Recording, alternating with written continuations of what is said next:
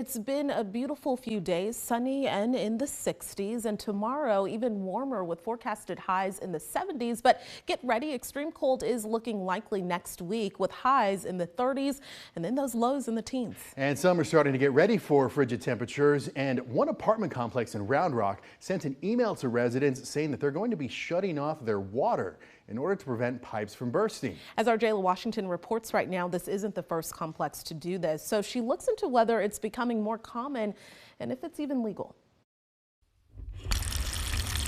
Running water, a necessity, but soon to be temporarily cut off for residents who live at the Townhomes at Double Creek apartment complex in Round Rock.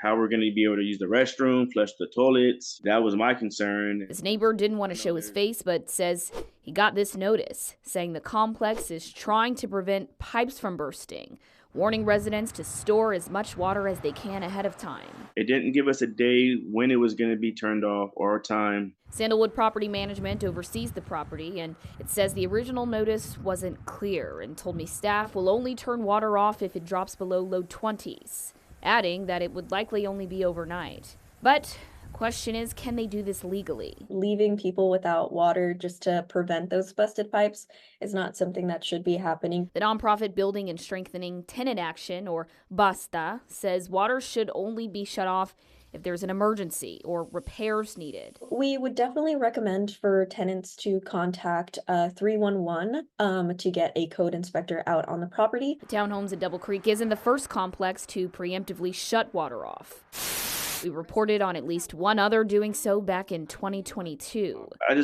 wish they had more information for us. While the Round Rock resident understands taking precautions since the last winter freeze, he says pipes did burst at his complex. He just wants to make sure his family isn't without water for too long. Jayla Washington, KXAN News. And the complex says that it will send out a clarifying notice to residents regarding more specifics on the water being shut off.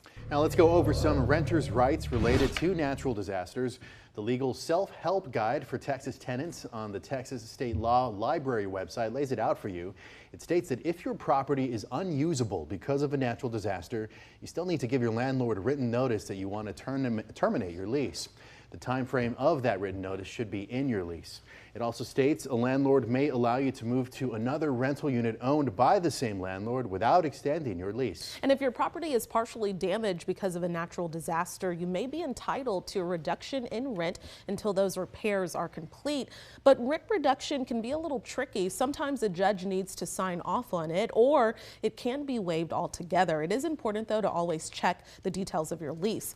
And now when it comes to repairs, you must make a proper repair request. According to the legal guide, a landlord in Texas does not have an obligation to provide safe or decent housing. They do, though, have to comply with your request to fix things. So if you do not ask, your landlord does not have to help, even if they know about those damages. And keep in mind, older homes and buildings have the highest risk of pipes bursting due to rust and corrosion.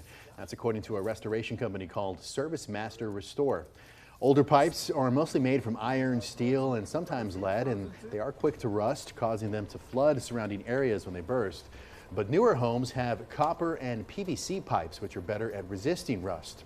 Also, older homes are often less insulated and slower to warm up, causing pipes to freeze more quickly.